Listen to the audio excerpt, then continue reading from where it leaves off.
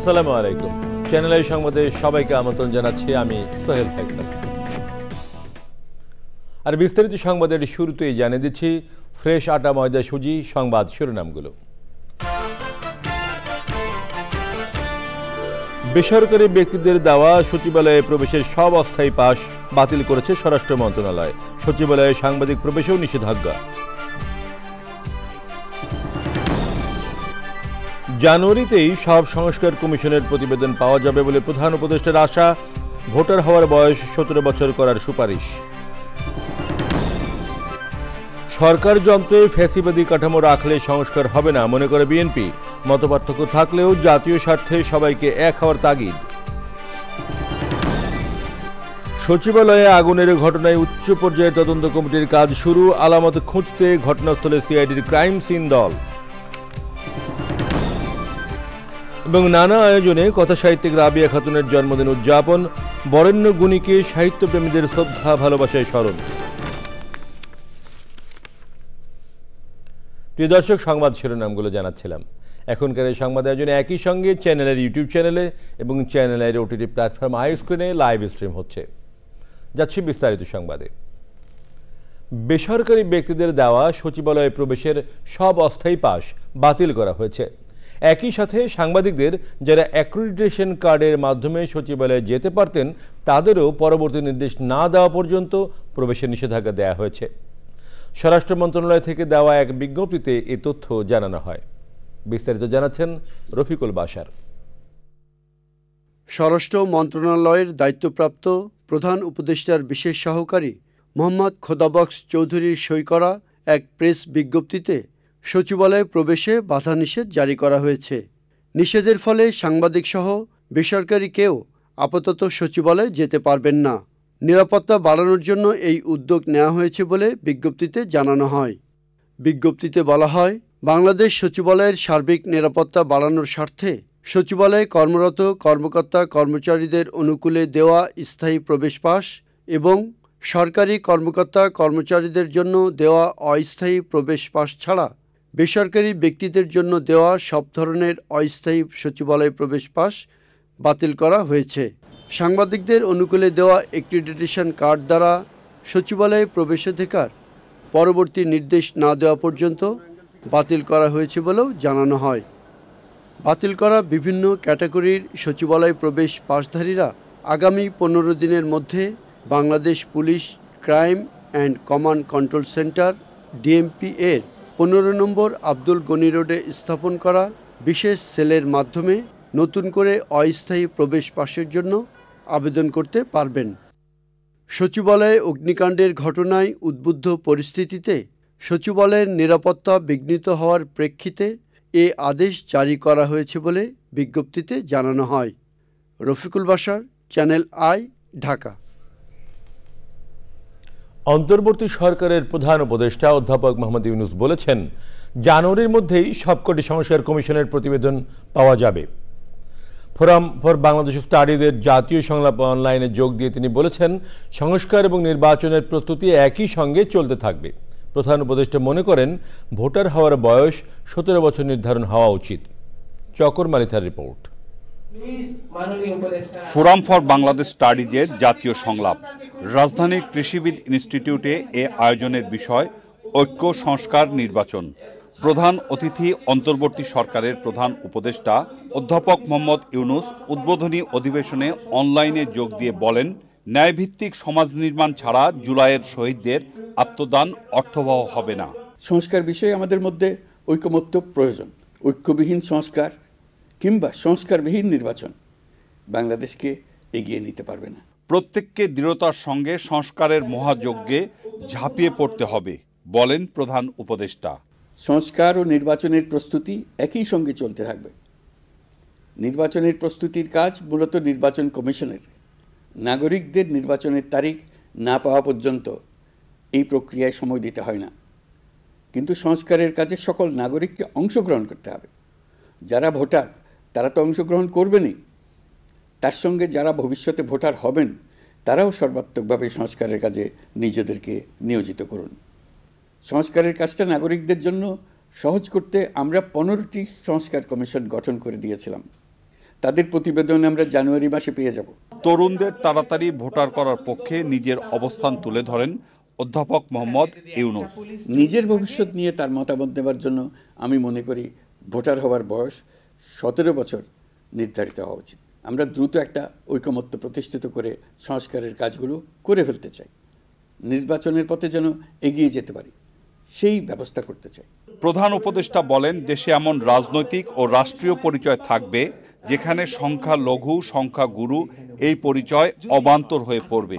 দেশের ভেতরে বা বাইরে প্রভু ভিত্তির কোনো সম্পর্কের সুযোগ থাকবে না। চকর মালিথা, চ্যানেল আই, ঢাকা। একটি অবাধ, সুষ্ঠু ও গ্রহণযোগ্য নির্বাচনের জন্য ন্যূনতম যে সংস্কার প্রয়োজন সেগুলো করার জন্য অন্তর্বর্তী সরকারকে সময় দিতে চায় দেশের প্রধান রাজনৈতিক দলগুলোর নেতারা।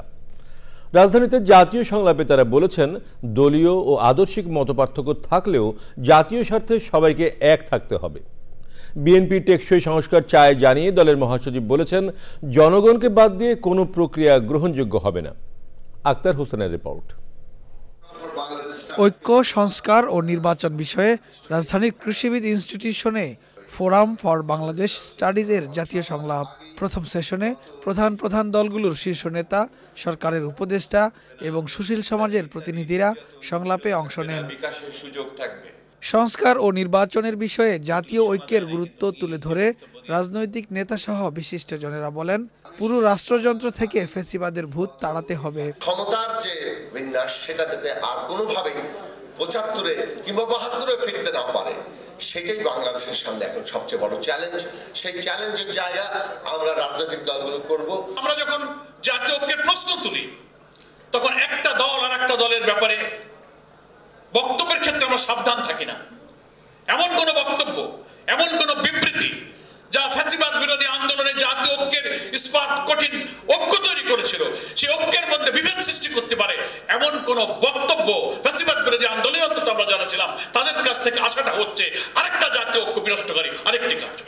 15.5 বছরে লেয়ারের পর লেয়ার যে ফ্যাসিবাদের দোসরদের বিভিন্ন জায়গায় বসানো হয়েছে, একদিনে 2 দিনে বা 4 মাসেই সেটার নিরসন সম্ভব নয়। খালি ঐক্যের কথা বললাম কিন্তু প্রতিহতর জন্য তৈরি থাকলাম না, নিয়ন্ত্রণটা ছেড়ে দিবেন না। সংস্কার বিষয়ে বিএনপির দলীয় অবস্থান পরিষ্কার করে দলের মহাসচিব বলেন, জনগণকে বাদ দিয়ে কোনো সংস্কার টেকসই ও কার্যকর হবে না। প্রবলেম তো অন্য জায়গায়, আপনি এগুলো ইমপ্লিমেন্ট করবেন কাদের দিয়ে? আপনার প্রশাসন, ইউর গভর্নমেন্ট মেশিনারি, সেই গভর্নমেন্ট মেশিনারি তো পুরোপুরি ভাবে এখনো ফ্যাসিবাদের আপনার মধ্যে আছে। আমরা সব সময় গণতন্ত্রের সংস্কারের পক্ষে, অর্থাৎ গণতন্ত্র পৌঁছানোর জন্য প্রয়োজনীয় সংস্কার তার আমরা পক্ষে, তার জন্য আমরা কাজ করেছি, করব ভবিষ্যতে। একই সঙ্গে আমরা মনে করি যে জনগণকে বাদ দিয়ে কোনো কিছু করাই, উপর থেকে আপনার চাপিয়ে দিয়ে কোনো কিছু করা যাবে না। ছাত্র জনতার আত্মত্যাগে পাওয়া গণতন্ত্রকে সফল করতে রাষ্ট্রের কাঠামো ও প্রতিষ্ঠানগুলোকে গণতন্ত্রের উপযোগী করে গড়ে তোলার তাগিদ দেন আলোচকরা। আরো নানান ক্ষেত্র। Akhtar Hossain, Channel I, Dhaka. সচিবালয়ের আগুন পরিকল্পিত নাকি দুর্ঘটনা এখনও নিশ্চিত হতে পারেননি তদন্তকারীরা। সিসি ক্যামেরার ফুটেজ বিশ্লেষণ করে আগুনের সূত্র খুঁজছে একাধিক সংস্থা। এনামুল কবির, রূপমের রিপোর্ট। আগুনের আলামত খুঁজতে শুক্রবার সকালে সিআইডি ক্রাইম সিন আর ঘটনার তদন্ত করতে উচ্চ পর্যায়ের তদন্ত কমিটির সদস্যরা আসেন বাংলাদেশ সচিবালয়ে। কর্মপরিকল্পনা নিয়ে সভা করেন তারা। পরে সচিবালয় ছেড়ে যাওয়ার সময় সাংবাদিকদের ফায়ার সার্ভিসের মহাপরিচালক জানান, তদন্ত শুরু করেছেন তারা। আমাদের তদন্তের কাজ শুরু হয়েছে, আমাদের আজকে বসেছিলাম এইটাই, এর বেশি কিছু বলার নাই। তদন্ত শেষ হলে আপনারা বাকিটা হয়তো জানানো যাবে, বাট এখন তদন্তের কাজ চলছে। আগুনের ঘটনার সময় নিরাপত্তার দায়িত্ব পালনে কোনো শৈথিল্য ছিল কিনা তাও জানার চেষ্টা করা হচ্ছে। আগুনের একাধিক সূত্র কিনা জানার চেষ্টা করা হচ্ছে তাও। একদিন পেরিয়ে গেলেও এখনও সচিবালয়ে আগুনের ঘটনায় কোনো মামলা হয়নি। নিরাপত্তার স্বার্থে পুলিশ ছাড়াও সচিবালয়ের মূল ফটকে অবস্থান নিয়েছে সেনা সদস্যরা। তদন্ত সংস্থা ছাড়া কাউকে ভিতরে ঢুকতে দেয়া হচ্ছে না। আগুনের কারণ অনুসন্ধানে মন্ত্রিপরিষদ বিভাগের গতকালের তদন্ত কমিটি বাতিল করে স্বরাষ্ট্র মন্ত্রণালয়ের সিনিয়র সচিবের নেতৃত্বে ৮ সদস্যের একটি নতুন তদন্ত কমিটি গঠন করেছে সরকার। সচিবালয়ে বিদ্যুৎ সংযোগ ঠিক করতে কাজ শুরু করেছে ডিপিডিসির কর্মকর্তা কর্মচারীরা। তারা জানিয়েছেন ভেতরের বিদ্যুতের সাবস্টেশন অক্ষত রয়েছে, তবে ক্ষতিগ্রস্ত জায়গার পানি পুরোপুরি নিষ্কাশন করে সবকিছু মেরামত করে পুনরায় সংযোগ চালু করতে খানিকটা সময় লাগছে। Enamul Kabir Rupam, channel I, Dhaka. প্রখ্যাত কথাসাহিত্যিক রাবেয়া খাতুনের জন্মদিনে তার প্রতি শ্রদ্ধা জানিয়েছেন সাহিত্যপ্রেমীরা। নানা কর্মসূচির মধ্য দিয়ে বরেণ্য এই গুণীর জন্মদিন উদযাপন করেছে রাবেয়া খাতুন ফাউন্ডেশন। সুলতানা হিমুর রিপোর্ট। বাংলা কথাসাহিত্যের জগতে কিংবদন্তি লেখক রাবেয়া খাতুন, যার সাহিত্যকর্ম জুড়ে উঠে এসেছে বাংলার মা মাটি মানুষ আর মুক্তিযুদ্ধের ইতিহাস ঐতিহ্য। সাহিত্যের পাশাপাশি শিক্ষকতা, সাংবাদিকতা সব ক্ষেত্রেই সফল বিচরণ ছিল রাবেয়া খাতুনের। ১৯৩৫ সালে ঢাকার বিক্রমপুরে জন্ম নেন রাবেয়া খাতুন। কর্মময় জীবনে ২১ পদক, বাংলা একাডেমি সাহিত্য পুরস্কার, জসিমউদ্দিন পুরস্কার, শেরে বাংলা স্বর্ণপদক সহ বহু সম্মাননায় ভূষিত হয়েছেন তিনি।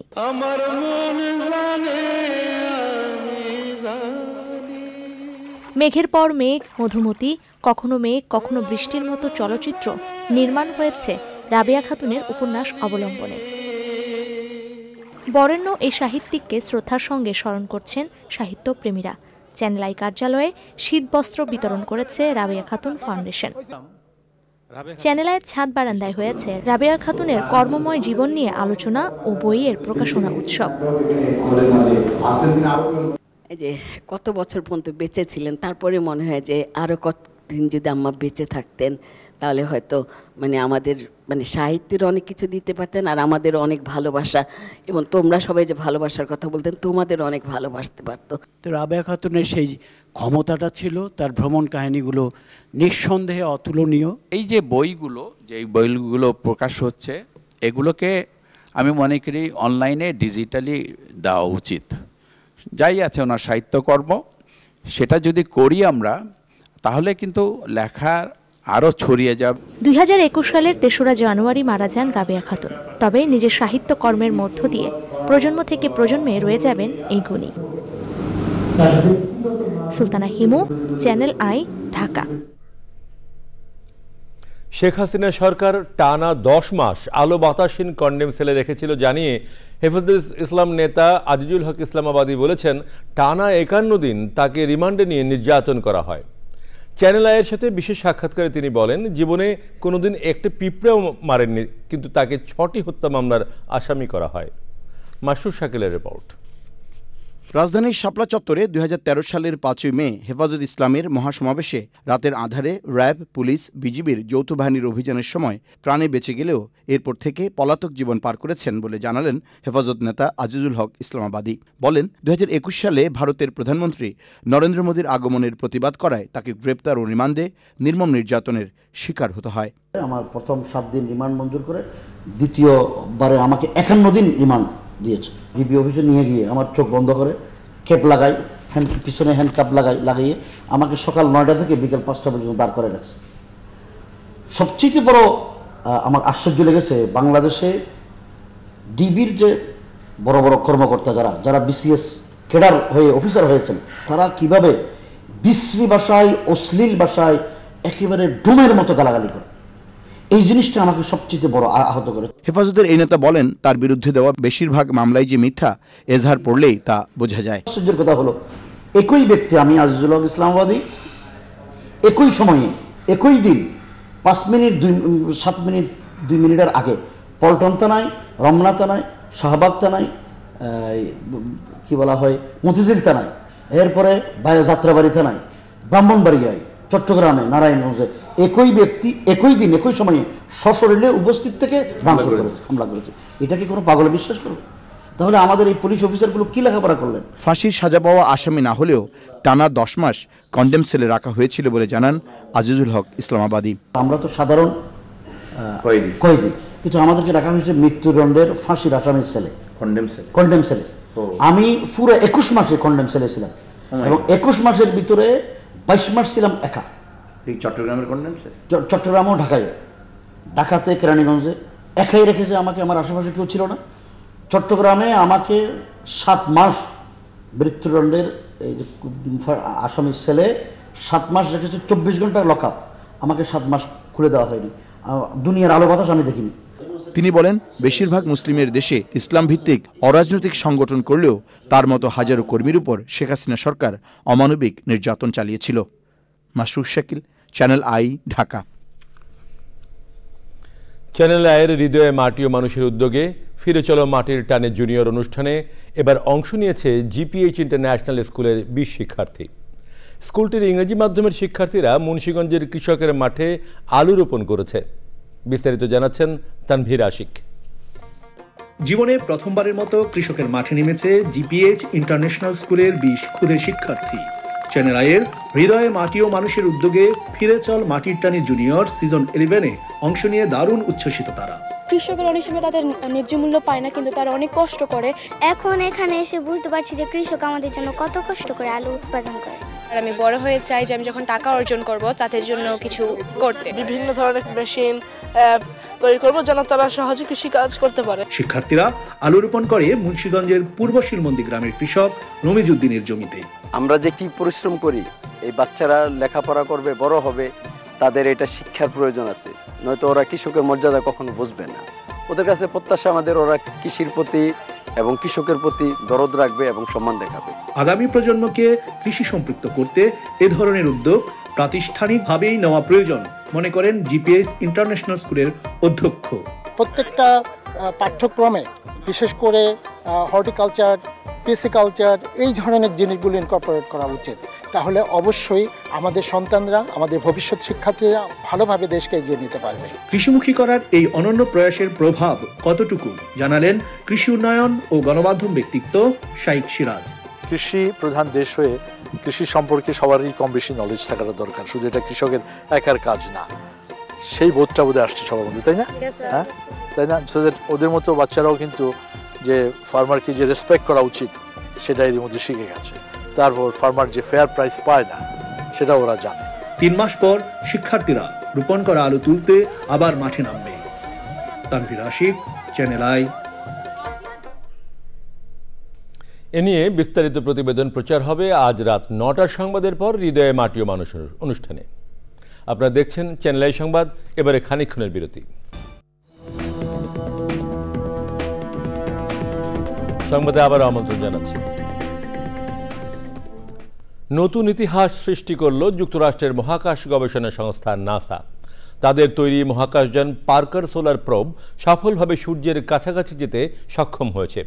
এর আগে আর কোনো মহাকাশযান সূর্যের এত কাছাকাছি যেতে পারেনি।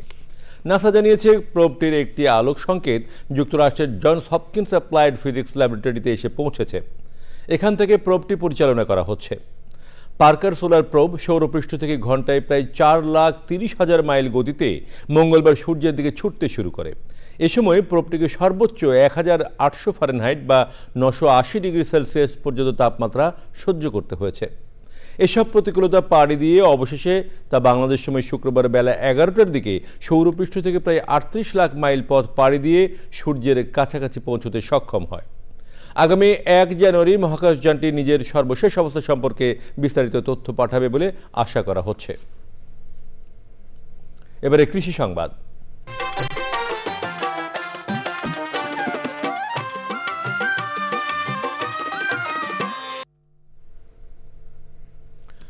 কুড়িগ্রামে নারিকেলের খোসা দিয়ে তৈরি প্রাকৃতিক উপাদান কোকোপিটে উৎপাদন করা চারা জনপ্রিয় হয়ে উঠছে।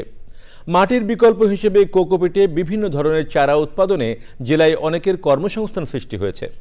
এতে কৃষি অর্থনীতিও সমৃদ্ধ হচ্ছে।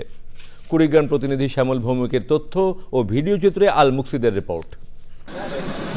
দেশের কৃষি নির্ভর জেলা কুড়িগ্রামে কোকোপিটে উৎপাদন হচ্ছে সুস্থ সবল শতভাগ শেকড়যুক্ত সবজি, ফল ও মশলাসহ নানা ধরনের চারাগাছ।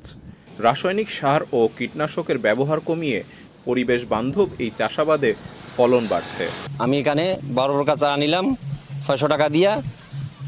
এখানে উন্নত মানের চারা, গুণগত মানের দিক দিয়ে আলহামদুলিল্লাহ সব দিক দিয়ে ভালো বীজ পাওয়া যাচ্ছে। এখানে আসার উদ্দেশ্য হলো ভালো বীজ এবং ভালো উন্নত মানের বীজ পাওয়া যায়। কোকোপিটে উৎপাদন করা চারা আগামী দিনে দেশের নিরাপদ সবজি উৎপাদনে ভূমিকা রাখবে বলছেন কৃষক। যে লোকগুলা বসে থাকে তাদের উপকার হয়েছে। এখানে রেগুলার আর কি 4-5 জন কাজ করে। প্রতারণার কোনো শিকার হওয়ার মতো অপশন নাই। আমি এখানে নিজে এসেছি, এসে দেখে নিয়েছি। তারা অনেক উন্নত মানের বা অনেকেই লাভবান হয়েছে অনেক কৃষক। এখানে আমিও আসছি বাঁধাকপি নেওয়ার জন্য। কোকোপিট ব্যবহারের মধ্য দিয়ে জেলায় কর্মসংস্থান বেড়ে যাওয়ায় স্থানীয়দের পাশাপাশি খুশি কৃষি বিভাগ। 40 থেকে 50টি প্রজাতির সবজির চারা আমাদের এখানে রয়েছে, যেই চারাগুলো আমরা অনলাইন অফলাইন দুইটির মাধ্যমেই কুড়িগ্রাম জেলার পাশাপাশি সারা বাংলাদেশেই এটা ডেলিভারি দিয়ে থাকি। অল্প জায়গায় অধিক পরিমাণ চারা উৎপাদন করা সম্ভব হচ্ছে এবং চারাগুলো নীরব এবং সবল হয়ে উঠছে এবং ফলন বেশি হচ্ছে। কুড়িগ্রামে কোকোপিটের উৎপাদন করা চারা দেশের বিভিন্ন জেলায় বিক্রি হচ্ছে। আল মুকসিদ, চ্যানেল আই। এবারে প্রকৃতি সংবাদ।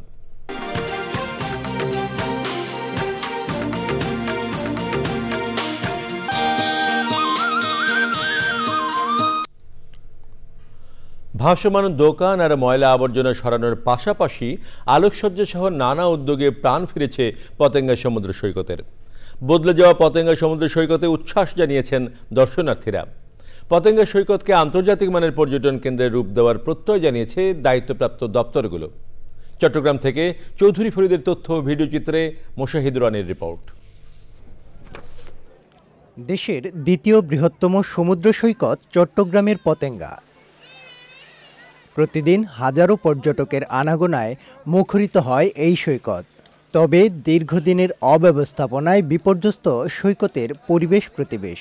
এমন বাস্তবতায় টেকসই পর্যটন খাত বিনির্মাণের অংশ হিসেবে সৈকত জুড়ে নির্মাণ করা হচ্ছে দৃষ্টিনন্দন ওয়াকওয়ে, আলোকসজ্জা সহ ব্যাপক সবুজায়ন।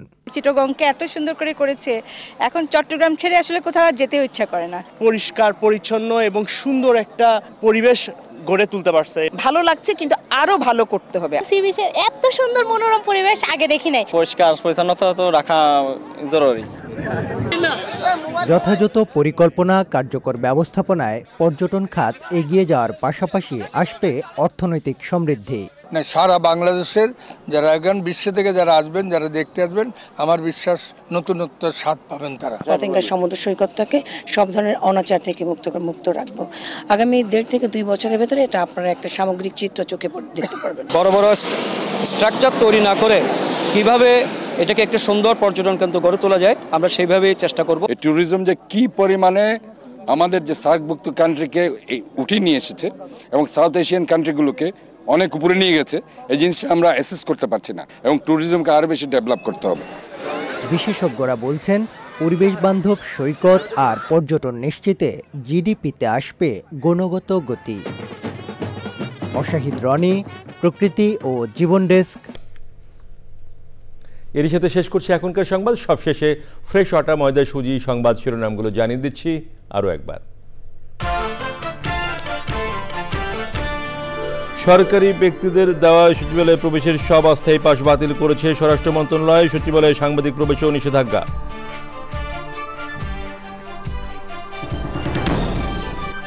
জানুয়ারিতেই সব সংস্কার কমিশনের প্রতিবেদন পাওয়া যাবে বলে প্রধান উপদেষ্টার আশা। ভোটার হওয়ার বয়স 17 বছর করার সুপারিশ।